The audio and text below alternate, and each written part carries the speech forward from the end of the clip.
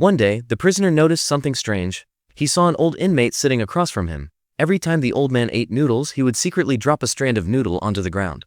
At first, he didn't understand why the old man did that, but when he looked down, he realized that the old man was feeding a rat. It turned out that the old man was serving a life sentence, and that rat was helping him plan an escape. Seeing this gave Jack an idea of his own. One day at lunch, when the guards were distracted, Jack secretly bent his spoon a little. Then he said to the officer, "My spoon is bent. I can't eat with this spoon." Using this excuse, he took not just one but 2 spoons and secretly hid one of them. That night, he lit a small fire in his cell and used it to shape the spoon into a sharp tool. Once it was ready, he began digging a hole in the wall. Suddenly, a guard started walking toward him. Jack didn't notice, but his friend quickly signaled him. Jack immediately hid the dirt behind a box, put away the tool, and lay down on his bed. Fortunately, the guard didn't suspect anything.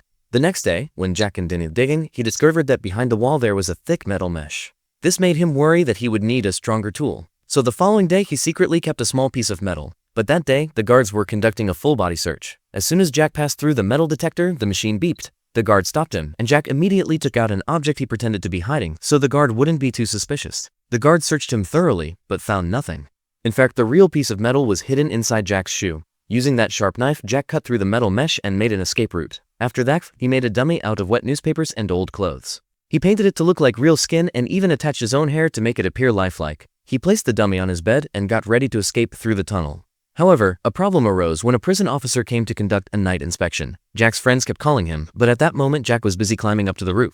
The officer peeked inside and thought the inmate was sleeping. When his bat unfell and made a loud noise, the dummy didn't move. The officer became suspicious and reached out to check. But at that moment, Jack had already returned to his bed because he wanted to help his friends escape as well. The next day, the warden felt that something was wrong. He thoroughly searched Jack's cell, but Jack was clever. He had repainted the tunnel entrance to make it look normal. At lunch, Jack told his friends, "Tonight's the night. We're getting out." That night, the 3 of them climbed up the chimney to the roof. They moved carefully, avoiding the searchlights. Then, they jumped over the high fence and inflated the life jackets they had made earlier, escaping through the river and out of the prison.